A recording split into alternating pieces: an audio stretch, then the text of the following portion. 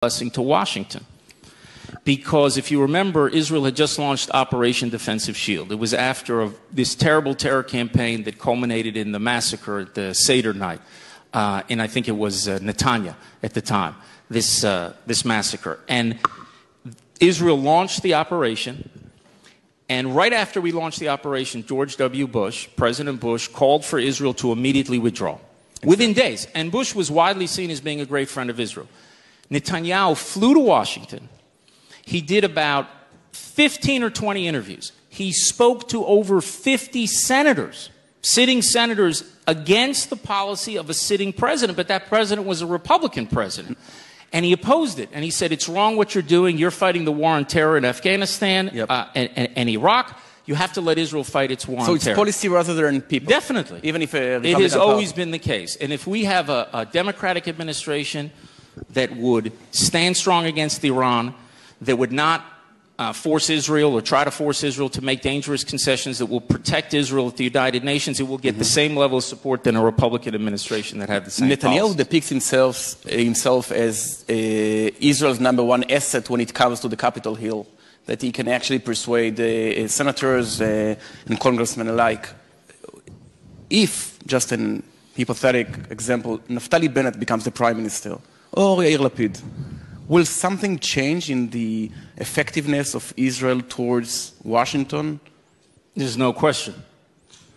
Because Israel has somebody who is known to the American public for 40 years. I mean, it's a product of a couple things. The first is Netanyahu is known to American audiences, been on American television screens for about 40 years. I'll let you in a little secret, because I was born and raised in the United States.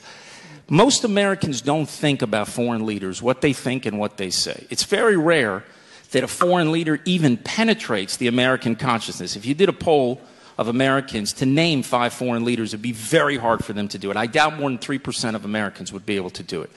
Netanyahu is the rare leader that kind of broke through, and it's because of his longevity, of that amount of time, both being in Washington and at the UN and so many years in office, but it's beyond that.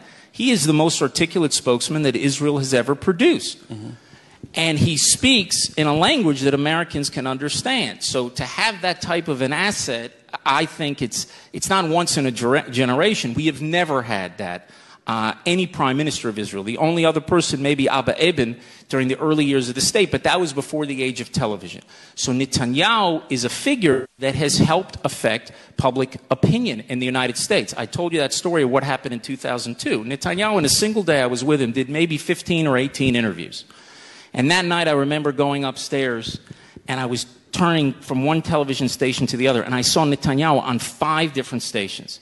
And he has the ability and the gravitas and the stature to impact the public debate. And it's not just about what you say to the president in the Oval Office. It's not just what you say to Congress behind closed doors. It's, are you making your case to the American people? And I would argue that he is the first Israeli prime minister. There have been wonderful Israeli prime ministers.